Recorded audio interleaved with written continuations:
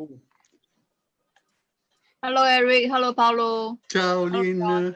Hello. Good evening, good afternoon, good morning, according to the times of your participation. We're just waiting here for our speakers to come to the stage, and we'll start the session. And obviously, we are now taking advantage of winter solstice. So, Charlotte, maybe we could do a quick round of introductions, the ones who are here, starting alphabetically. Charlotte, you want to introduce yourself briefly? Yeah, hello, everybody. Can you hear me? Yeah, good. I have had a bit of a problem with my headset this morning. Yeah, my name is Charlotte Ditloev Jensen. I'm 49. I live in Roskilde, half an hour drive from Copenhagen, Denmark.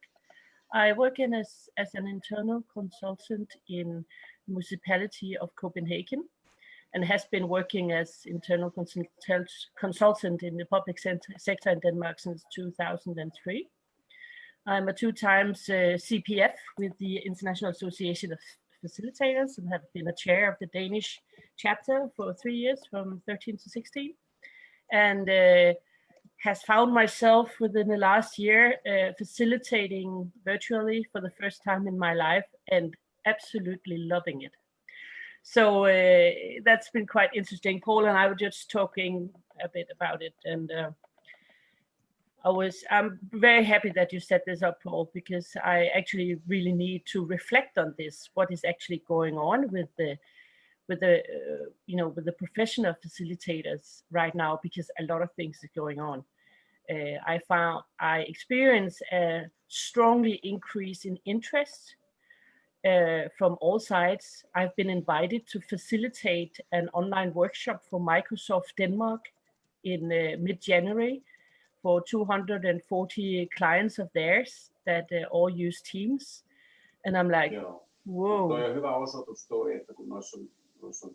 So that's very interesting. I'll keep quiet for now. Yeah, no problem. It's someone that probably has the microphone on. Charlotte, thank you so much for your comments. These were very, very interesting to set up the stage for the conversations ahead. So by alphabetical order, we will have here Eric, Tseng, Eric, or Han.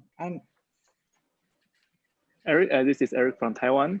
I'm dropping by because I saw Max Pisley in his mail. He said that he was attending this conference, so I'm here. I'm a facilitator. I located in Taiwan. During this year, I do a lot of online training or online meeting. So I'm quite new in this area. So I'm coming here to learn with you. I'm complete. Thank you. Thank you so much, Eric, and glad to see you. You're in a working environment, right? Well done. Okay, so Sync and by alphabetical order, we're following here Helen Maree. Hi, Helen. Are you here with us? I don't see your audio. And I see your pauses. So maybe we pass on to John Varney. Yeah, good morning, everybody. I'm John Varney. I live in the north of England, live and work in the north of England, generally speaking. I run a residential management centre here, and of course, with the COVID, we don't have any clients at the moment, and I've been interested in facilitating online for maybe a year now, and I'm very excited about the prospects of this medium, the fact that we can be here this morning talking to others from different countries, different parts of the world, which I think has huge potential for dealing with our social problems, our political and social problems. But I think that society is going to have to lead the way, because politics doesn't seem to be managing to do it. And therefore, it seems to me that we as facilitators have an important role to play as leaders in a new social movement, a movement for creating a better society all around the world.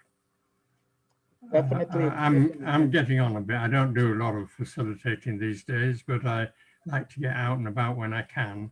I'm flattered to be involved in a group like this. Thank you. Thank you. Thank you so much, John, and for setting an interesting stage for our conversations. While we are waiting for our keynote speakers, I'm realizing that you participants are the keynotes today. Okay, so following Jean, Eric already introduced himself. Helen, you're back with us. Alphabetically, you'll be the next.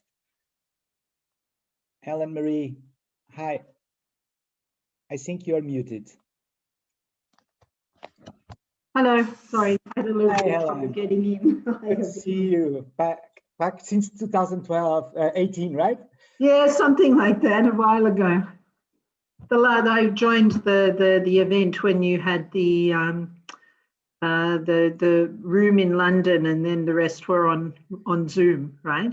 Exactly, yes. Exactly. Historical participant of Visual Collab 2018. Helen Maree, would you like to introduce yourself to the audience? Yes, I'm Helen Gillman, and I'm the Senior Knowledge Management Specialist at one of the UN agencies in Rome, the International Fund for Agricultural Development. Fantastic. And what's your take on digital facilitation or digital collaboration? What's my stake? Stake. Oh, stake. Okay, sorry. Yeah, well, I'm obviously interested in this because in our organization, we've been primarily working remotely since March, and it's having a really, like with everybody else, really significant impact on how we're using digital technologies, often not very well. I mean, the technologies are fine, it's the way we're using them that can be a challenge. So that's what I'm particularly interested in. Fantastic. Okay, thanks so much, Helen. So next in the introduction of this group by alphabetical order will be, I think, Lyn Wong. Hello, hello. Hold on, I will repeat that. Hello, everyone. I'm Lyn. I'm from Singapore. So I also do facilitation and coaching. Like Charlotte, Eric, Paolo, and Paul, I'm also a certified professional facilitator. And with Paolo together, we did our assessment for group map like a couple of weeks ago, and we were certified in group map also. Thank you. Happy to be here to learn from everyone and with everyone. Thank you so much, Lyn. Next in line, I think, will be Martin Duffy, co-author of Beyond Visual Virtual Meetings. Good morning. Thank you, Paul. Good morning, everybody. I'm joining you from just west of Dublin in Ireland. It's great to be with you. Similar to Lyn, I've just completed the digital facilitation course with Paolo. And just, Paul, picking up one of the points that you made there earlier, one of my own takeaways from the last year is with the whole digital facilitation transition that we've all gone through. The irony for me is that it seems that we've significantly more humanized all of us in our professional interactions, which is actually slightly ironic because you imagine that interacting through the digital space makes us all robots. But actually, it allows all of us to have our grandchildren walking in, our dogs walking in, the cats sitting up on our lap, having our cup of coffee. And actually, I think it actually brings us all significantly closer together from a pure, simple human point of view. That's a development I welcome, and I'm looking forward to working in that space for longer than this year, that's for sure. Thank you so much, Martin. Next in line will be Miguel Cañas. Miguel. Good morning, everyone. Hopefully you can hear me because I had some few issues to connect with all of you. Thank you very much. I'm really pleased to be here with all of you. Thank you, Paul, for inviting me, for having me here with all of you. I'm based in Barcelona, working, my consulting work is focusing basically on servicing customers and helping companies to provide better services to their partners and end users. And also, my work is focusing as well in the the collaboration subjects, in how to make how to avoid the the silos inside the companies, how to facilitate the cross collaboration, especially among the functional units. And this is absolutely basic in my work as well. So I hope to enjoy with all of you and to share many thoughts and many ideas within today's session. Thank you so much, Miguel. And we have here really an interesting range of what I I like to call ourselves collaboration architects. I think that this is a broader notion that encompasses the work that we all do. Could be as change management consultants, could be as process facilitators, could be also as agile and Scrum masters. We are all collaboration architects trying to get the most of a group of people, an organization, or the society as a whole. If anyone else here pending introduction, I think Paolo Martinez, are you online? Yes. Hello, everybody. Ciao, Paul, and congratulations for organizing this solstice event. I mean, it's such a transition, days will be longer and more bright, so light will come in on us more and more. I am also feeling the same vibes as I hear Charlotte and Miguel and everyone in this group about the fact that we have been learning a lot this year to expand, to extend to broaden our impact as facilitators. I am also, as the others said, CPF, and this year we also got, I also got the Impact Award, which was really nice. And I'm based in Pisa. And today I will not be able to follow the whole session because 2 of my 3 kids, by a strange astral connection, are in Pisa.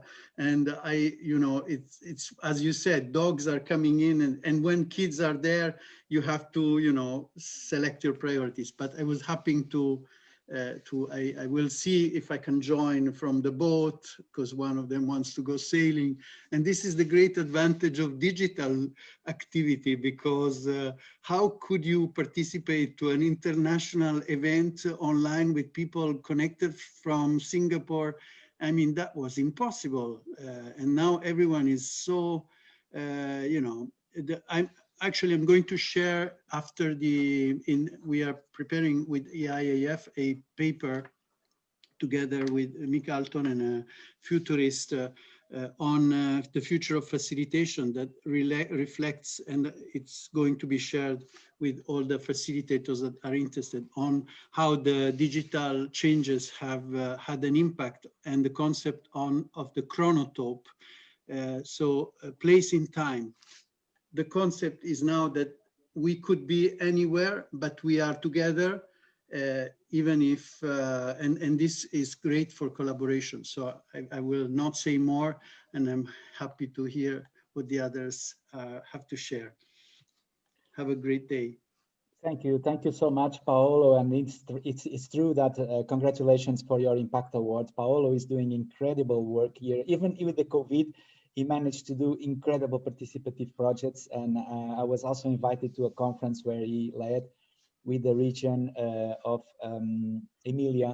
What is the name of the region? Bologna, Emilia-Romagna, yes. Emilia-Romagna region, and it was really an awesome experience. I really feel connected with people that I never met before. It's so true what you're saying also, Martin. We can be more humans, even though we are distant, virtually distant. Okay, so I think we have still Pierre Wettergreen. Pierre, are you able to join us by video and audio? Hello. Hi, Pierre. So good to see you here. It's been a while. It's been a long while, but we have been in contact for many years. So in a way, working in the same tribe as we are both collaboration architects, right? Yeah, true. Yeah, and I'm the CEO of Clever Collaboration Group, which is both a consultancy network as well as a consultancy company working with digital strategic workshops and processes and so forth. So that's and please, Paul, fill in the gaps. You know me probably better than I know myself. Definitely, Pierre. It's very good to have Pierre here, and also Paolo Martinez. We have here a group of people, and maybe I'm missing someone else. We are the ones who already work with digital tools for facilitation, or digital tools for group decision making before COVID. So this is how I met Pierre. Pierre works in risk assessment in large organizations, banks, finance sector, and other sectors. And he, in his consultancy work, he uses a digital facilitation in a certain way because he uses group decision support systems for decision making. And also, I think Paolo Martinez is also an expert user of these tools. Not sure about others. And this is interesting because when COVID came along, for us, perhaps it was not so tough, not so hard on. So can you tell a little bit about your practice after COVID, Pierre? Did you have any impact? Yeah, and also before. I mean, working with group decision support systems, democratized processes in a way to allowing groups to take decisions together, and that has really paid off when I help customers to implement management systems, for instance. So already back in 2013, I was appointed the Security Consultant of the Year here in Sweden, and not because I'm the best security consultant, it's because I work in a different way, engaging the whole organizations, and that has an impact on the results you deliver. And then this year, I was given an honorary fellowship of Business Continuity Institute. So I was one of 4 who was given this title, and that's also with motivation of working the way I do with group decision support systems in order to engage organizations and the staff in the implementation processes. So it really pays off to have digital platforms that has specific features that allows you to work really inclusive, and that working with anonymization, for instance, allowing people to really speak up, have a free mind, and we get everything on the table, and we can structure that and deliver and create joint action plans. So I've been working for over 3 years with one of the governmental agencies here in Sweden to transform the organization and create their digital transformation plan. I'm still working for them. Fantastic. So that's interesting to see that there are very powerful success stories with digital facilitation. Yeah. And the key is really the inclusiveness. We have to make sure that everybody is on board. And this is why Pierre got a distinction as the security consultant of the year in Sweden, not because he's a better consultant, because he has clever processes, more inclusive process. Pierre, thank you so much. Now I see we have here from Australia, Andrew Huffer, and also Anna Neves. I think that alphabetically, Anna, we would like to introduce, oh, Andrew is already ready. Andrew, good morning. Would you like to introduce yourself, and then after you, Anna Neves? Sure. G'day. Thanks, Paul, and hi everyone. I'm based in Perth in Western Australia and do a lot of work around facilitation and a lot with community engagement work. So currently working on a process to launch the state soil health strategy, and been involved in ones working around development of state level policy as well. So all that has been involved using digital platforms of one form or another. And more recently been doing some work with a group called Nuffield Scholars who work in agriculture. So working with the Nuffield group in Brazil. So means some early starts in the morning, 6 a.m. to run some workshops. But so yeah, it just shows the reach that we're able to achieve, but fantastic integration as well, and been really valuable. That's me. Fantastic, Andrew. It's so interesting that we are in this meeting here at the solstice celebration meeting, and I find myself like we are in the middle of a Druids meeting, because each and one of us is contributing to this world in a way that we are probably meeting Druids, right? Because we work with meetings, we try to make the meetings more inclusive. It's so interesting to see that's the wealth of experiences here and from all over the world. I would like just to make a note, a quick note for you that you could use the Kiko chat environment. I'm sharing my screen now if you're able to see. So whenever you join the Kiko chat here in the RSV page, if you log in with your details, then when we join the space, we will be able to see the participant maps here. And probably this also could be a good way for you to be in touch with each other. So in case you have not logged in with your credentials, maybe you could do that, because then we'll see the participants map here, a real participants map, like Andrew is from Australia, Miguel is next to me here in Spain, but I think Lyn is Singapore, Martin will be here in Ireland. That's something that I will welcome you to do it whenever you have the time, so we can have a participant map featured on the Kiko chat. Well, with that said, I think Anna Neves is here with us, but she's having trouble with a mic and camera. Anna is also a participant from Visual Collab 2018. That was the origin of this movement. To 2018, we organized an hybrid meeting. And by then, we already experienced something that we are seeing right now, is that the virtual space does not necessarily mean that we cannot be effective, productive, inclusive, right? Right now, I would pass on to anyone who would like to share something on this fact that solstice, winter solstice, new year ahead, what can we, meeting Druids, contribute to a better world?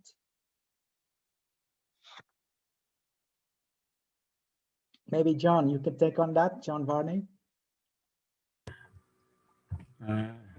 Can you just repeat your so what prompt? Can we are here in these meetings, Druid, in this solstice celebration.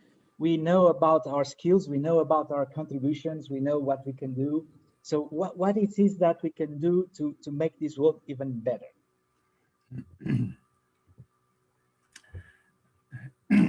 Yeah, well, I think the thing is to do more of it. I say that because, but I don't actually do an awful lot myself. So, but I do think that that the world needs the kind of collaboration that you're speaking of, and excuse me,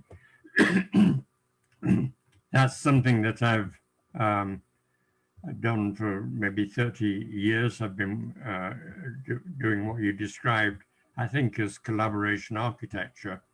In fact, I trained as an architect originally, and I've always believed that the thinking that I learned to do as an architect, which was to do with putting up buildings, and rather modeling the space in which people were going to work, that kind of thinking stood me in good stead when I suddenly had to turn myself into a management consultant of some sort. So the way of working, of getting people to work together, to be inclusive in their relationships, to collaborate in solving problems, all of that was suddenly, for me, in the 90s became very important, and I learned many techniques. I designed and developed tools, which unfortunately are now rather out of date, don't quite cope with this digital medium. So I'm waiting for further new tools to be developed and for me to learn to use them so that I can work in digital space, because as you all know, This is an emerging medium of enormous importance for the future of mankind and the future of life on Earth, I think, because as I said earlier, I think that without this kind of collaboration, certainly our politicians don't manage to make things work very well. And we're seeing increased polarization around the world. Collaboration is the direction that we need to be going in to resist the fragmentation of our thinking that is having very negative effects. So I do think that our role is increasingly important. Fantastic.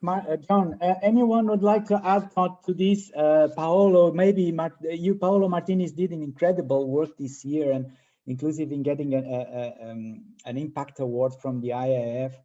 How do you see, Paolo, that our role has a definitely important mandatory contribution to the world?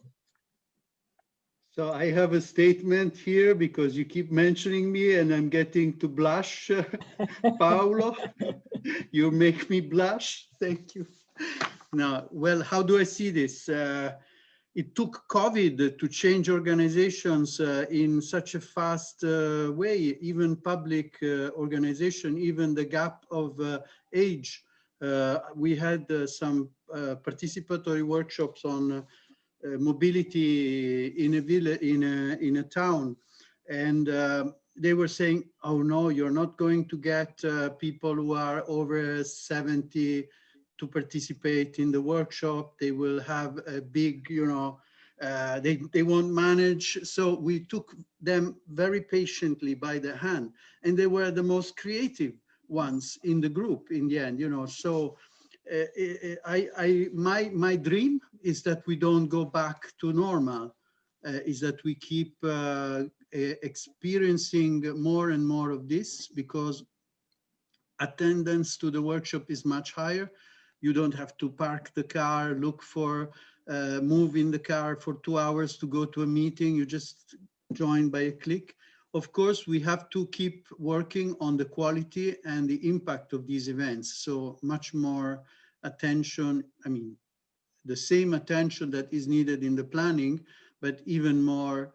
So that we need to keep developing skills as facilitators and as druids in this process. So I think the learning curve has been very steep, but we still need more and more practice, because also the tools need to change. I like some of them, but still we need to have a humanistic approach to technology and digital solutions, because, and you know, I'm now living in the region where humanism was kind of coming back through the Renaissance. So the centrality of people, the centrality of the design for people should be remembered. And this is also a challenge both for facilitators and for platform developers. Thank you so much, Paolo. That's definitely, and I feel that Italy was in a stage, the center of a revolution, especially in the Western world, right? So maybe the fact that COVID impacted so strongly in Italy is going to make also the center of a new revolution from Italy starting. This is obviously speculation. My dear colleagues, please use the Kiko chat, because we have here an incredible space that we'd like to have as also as a memory of this gathering. And when you are here, we are all now in the main stage here, right? You can find this stage 1, which is this first encounter we are having here. And you can use this collaborative path to please share your notes here. I'm seeing that Anna Neves is not able to, Anna, whenever you're okay with video and audio, please lighten them up. Otherwise, I would recommend you to use this for your conversations, takeaways, and comments you like to leave for the others, because then throughout the day, others will also be able to see the outcomes of this conversation that will close in about half an hour. Okay, Charlotte, would you like to contribute something? Because I'm seeing you're quite active on the iPad. And then perhaps Ellen also. Charlotte? Sorry, can you repeat that, Paul? Yes, if you'd like to contribute about your takeaways so far from this conversation, because it's quite unexpected. You are now the keynote speakers, right? Maulud and Peter are not joining us, and you are having all the stage, and I'm loving it. Terrific, thank you. All right, my headset just kind of, my internet connection had a little bleep, so that's why I didn't hear your question. I just heard my name, like what? So I find it very interesting. I think it was Martin that said it, that, you know, the more humanized meeting culture, that we have coffee and dogs and cat, and there's an energy in that. To me, there's no question about that. There's a energy in that, and maybe even an energy that we have been lacking for many years, facilitating in the physical space and at workplaces and stuff, where we all, you know, come in our high heels and our ties. So, and I'm very curious about where that will take us, that energy, because it's very powerful. That's one thing. Also, I have actually written down a question for you, because there's this thing that I'm struggling a bit with, and that is that I find myself in the position very often these days where I am asked to, where I kind of sneak facilitation in the back door, because I am often approached with you know, with a question, can you teach us how to use Zoom or Teams for virtual meetings? We need to know the functions in Teams. We don't understand the technical issues of Teams, where I'm like, yes, I can do that. But it's my strong conviction that you do not get the most out of your virtual meetings if you don't have at least a basic understanding of what is facilitation, why is it important to facilitate meetings, how to do it, and what to do when things mess up.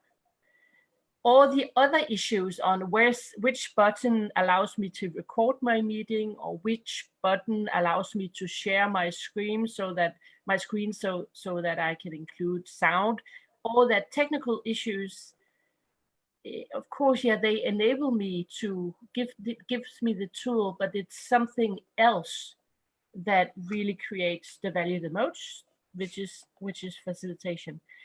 And I would really like to hear around the table here your reflections on that dilemma, that they come and ask for one thing, and I want to sell them another thing that they really need. Basically, a consultant's challenge number one, that people come with a demand that they know how to formulate, but what they really need is something else.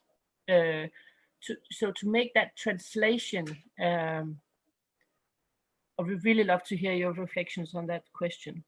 Yeah, definitely. So that was that was a question that. Thank you so much, Charlotte, for putting someone in the fire, so the fire is burning. Andrew, Huffer, would you like to contribute on that? Because I know Andrew is also someone that works extensively with digital facilitation. Thanks, Paul. I guess what we've found, similar to what Charlotte mentioned, is that people are wanting a bit more space now to talk and have that concentrated space. Early on in the year, probably in February, I guess March, we were sort of the approach that everything online had to be energetic and fast paced and, you know, kind of groovy, and just to keep people's attention because they're doing so much screen time. But now we've sort of, what we're doing now, we're finding out that people, because of the screen time, they're actually wanting to slow down a bit and have, I guess, more combined type approaches that we would have done in a traditional facilitation atmosphere where they're doing stuff that's more tangible. So we're encouraging people to go very, very retro, go down to their local museum, borrow one of these things, a pen, borrow one of these things called paper, and combine those with our old facilitation techniques and making that a combo approach.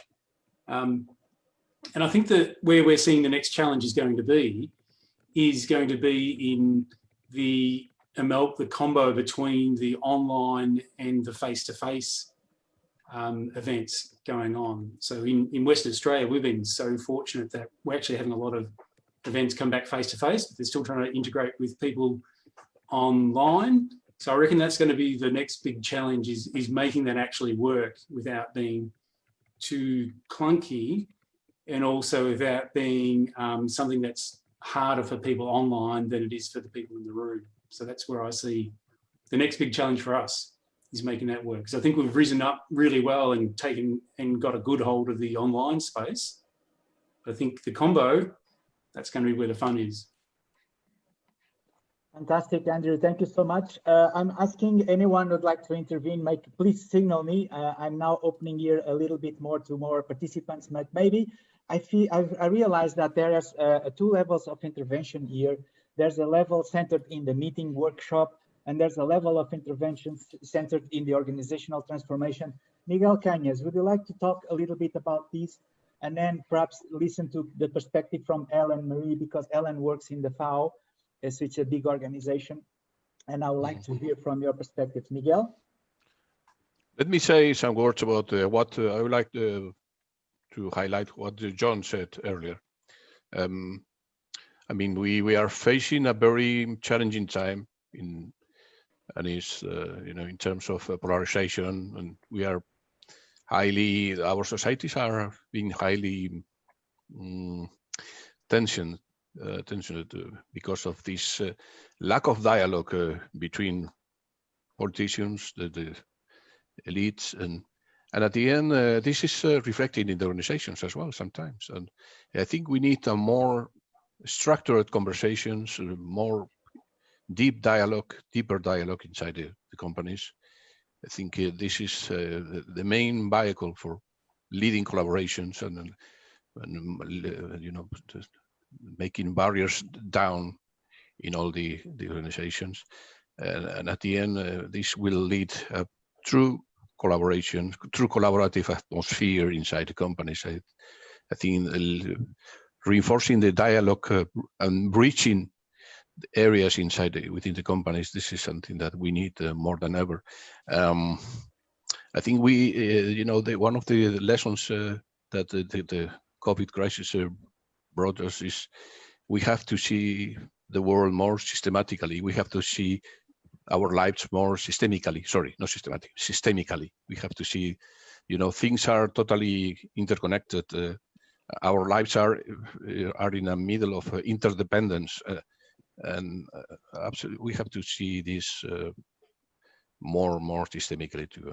And I hope that this is the biggest lessons from the current crisis. Thank you so much, Miguel Cañas. Helen Maree, would you like to talk a little bit about your experience in the large organization you are? Yeah, I don't work in the FAO, by the way. I work at the International Fund for Agricultural Development, and we're smaller. Yeah, no, that's okay. We're a smaller organization and increasingly decentralized. In any case, with people posted into country and regional offices. And as I said, we've been primarily teleworking since March, which was a huge shock for the organization because, from the point of view of interaction on digital platforms, I had convinced our very conservative IT division to allow us to get an enterprise subscription to Zoom, but I couldn't get anyone to use it. We were basically the only ones using it. And suddenly when we were all outposted, they woke up and realized we had Zoom, and now you can't get people off it. Now what's happening is that we have literally this Zoom fatigue where people are on meetings all day, every day. And this whole discussion about the human element is really missing in our organization. I try talk to people. I mean, this is not really my area of work to try to influence the whole organization. It's just not, I just can't manage to get that reach on the use of these tools. But what I'm trying to do is say, if I go into a meeting, try to say, okay, let's start off by having some informal interaction. Let's humanize this discussion. And there's tremendous pushback on that, because people are busy and they have their next Zoom meeting in an hour and they just want to get it over and done with.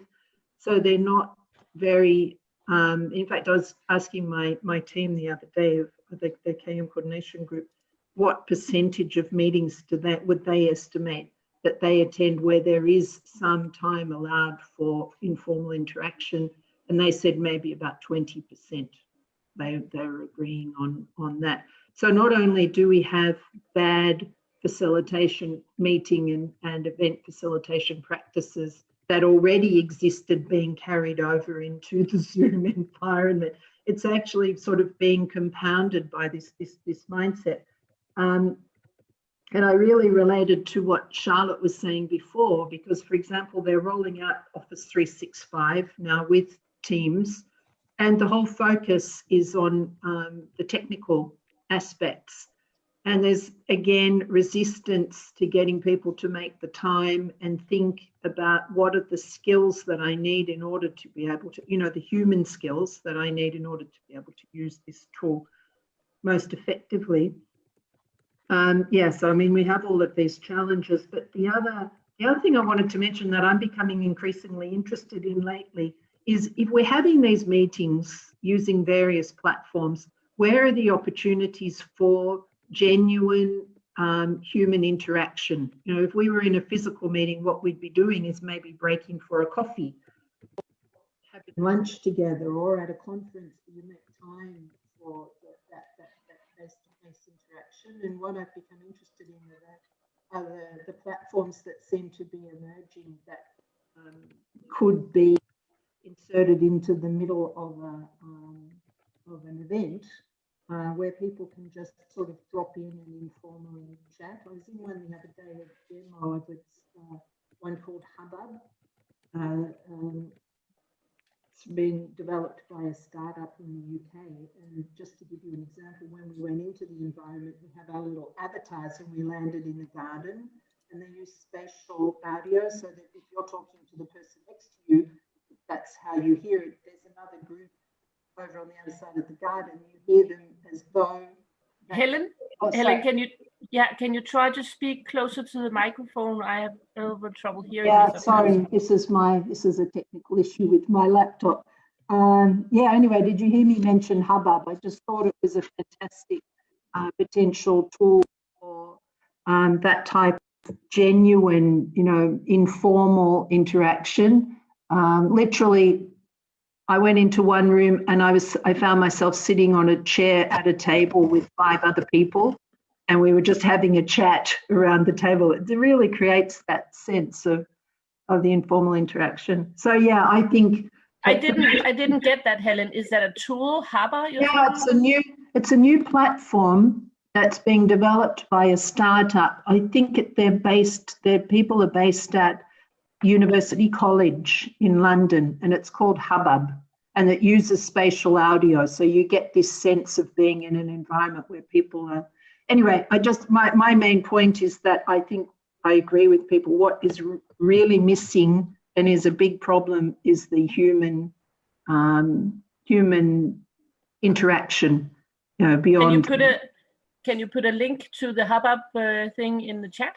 Yes, Charlotte, please. Yes, I would kindly ask you all to share on Kiko's space, right? And by the way, Kiko's space also has this special technology, dear colleagues. It's true. You can go if you go to the pub here.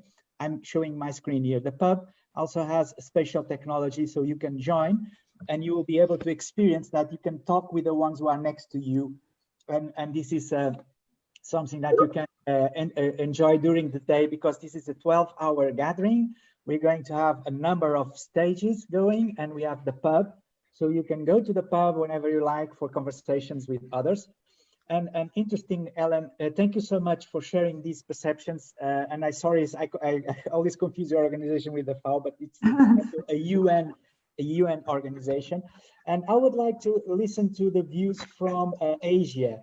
Lyn and Eric. Lyn, tell me a little bit about these challenges you've listened so far. How you overcome this challenge of Zoom fatigue in your part of the world, Lyn?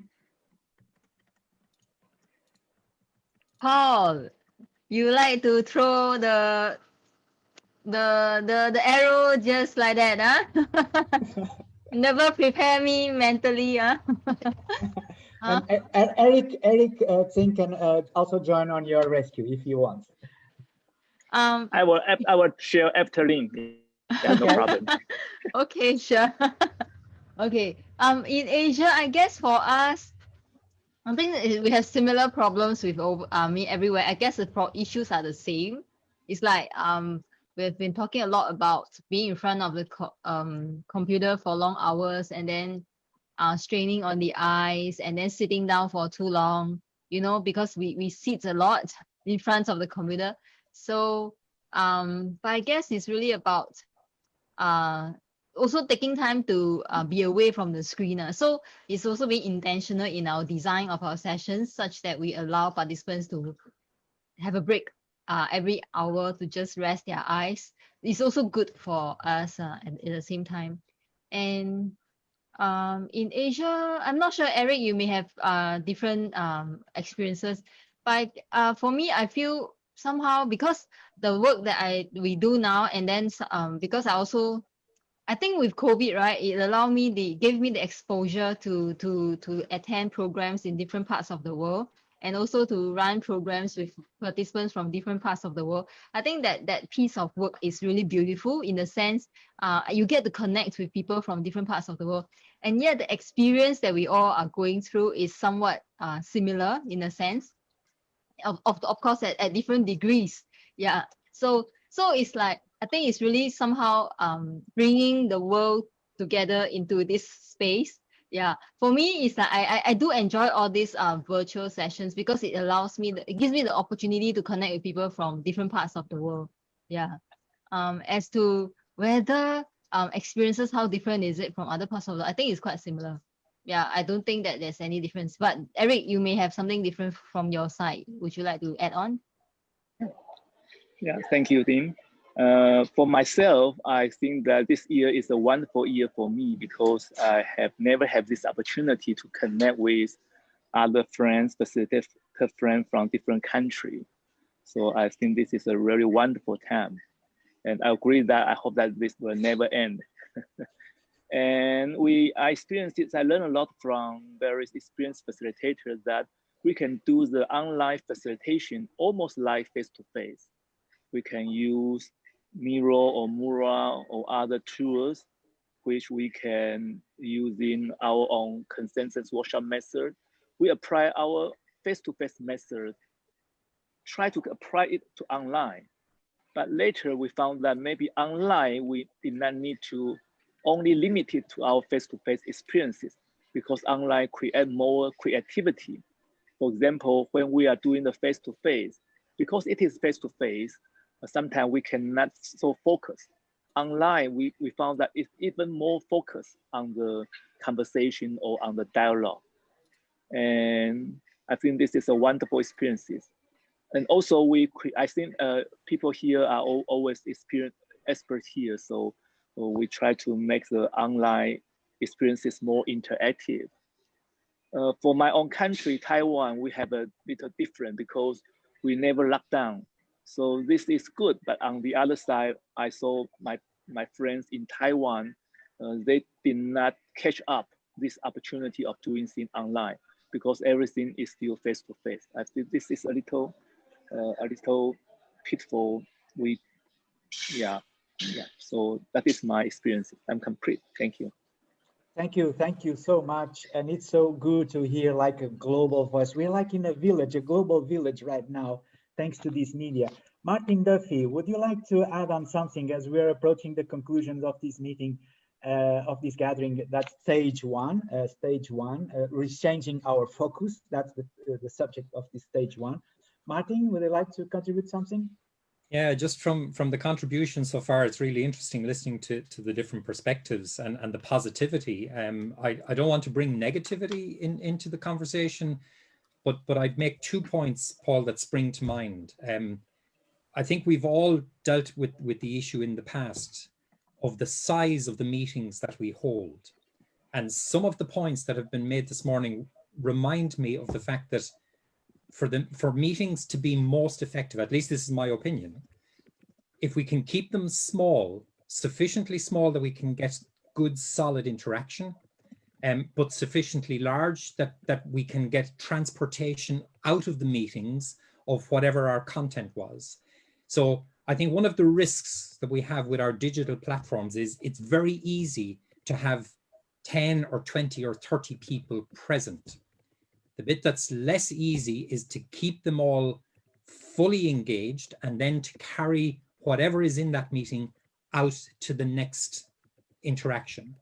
So I think that's a point of caution that we should all pay attention to, that if we can keep our meetings, our online digital meetings smaller, then I think we have a better chance of actually getting more value out of them. And then to add to that, and this is one of my own passions because it was the central focus of my PhD research back in 2016, Paul, that you and I have talked frequently about.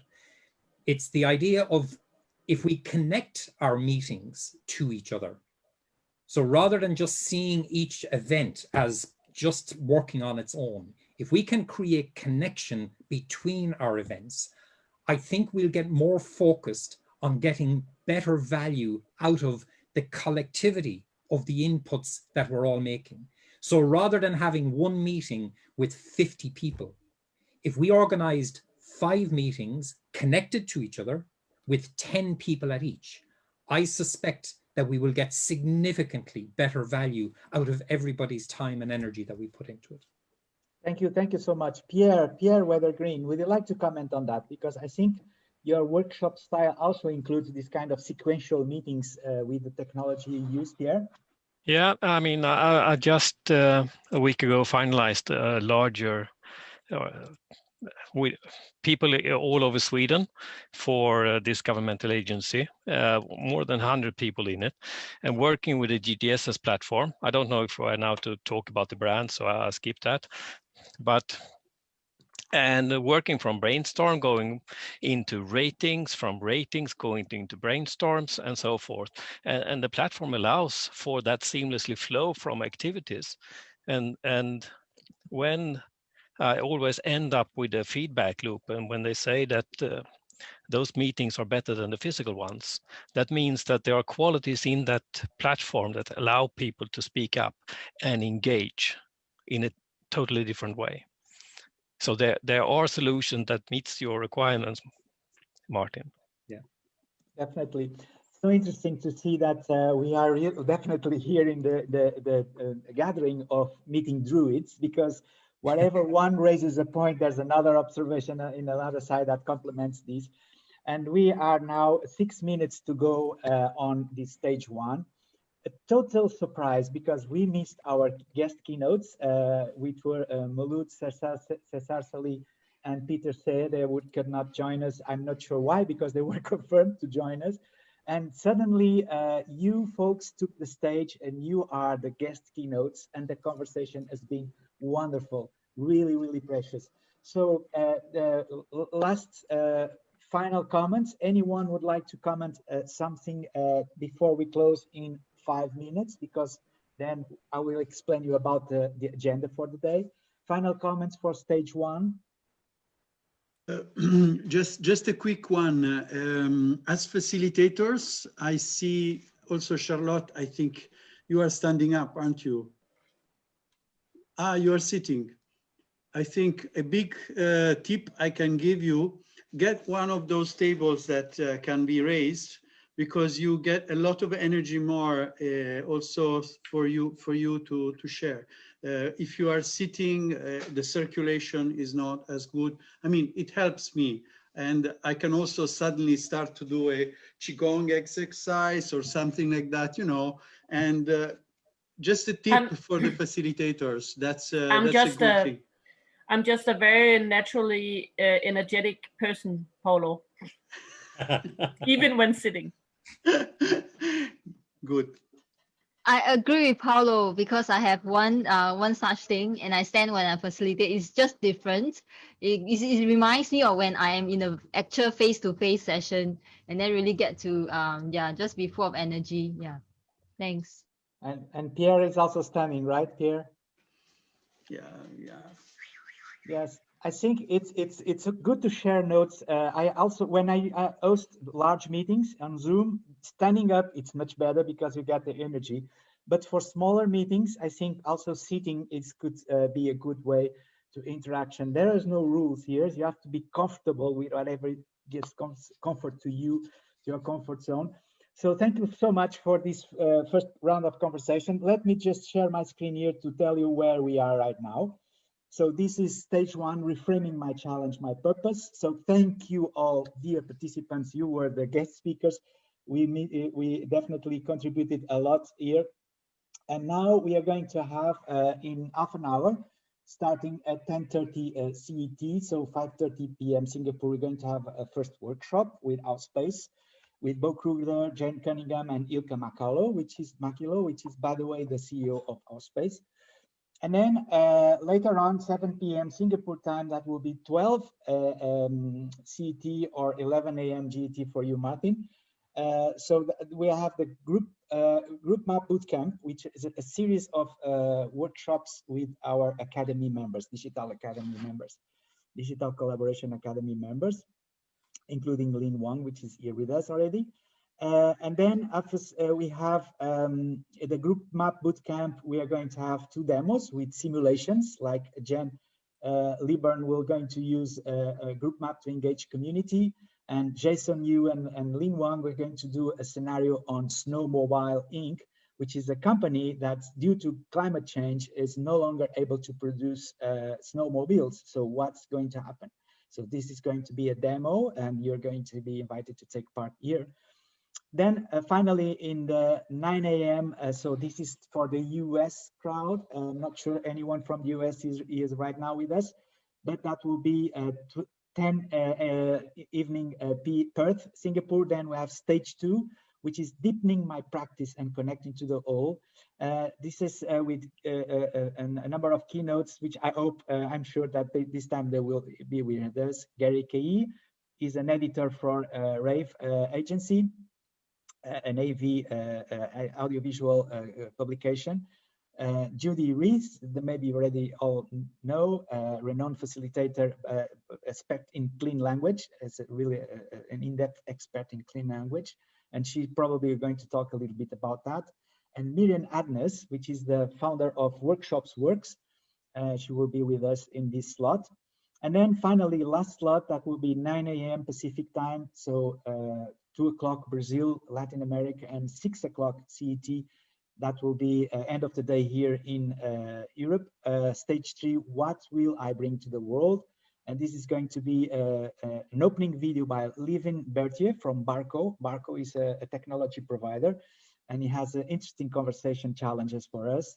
And then Elise Keith and Fernando Murray are going to talk a little bit more about what can we bring to the world. And that's it for now, dear friends. Don't forget that you have the pub here. Go to the pub, enjoy yourselves in the pub, and see you in half an hour here in stage for the boot camp on our space. See you all. Thank you for joining. Hello. Great seeing everybody. Bye. Great meeting. Thank you so much. Thank you. Bye, everyone. Bye. Bye. Ciao.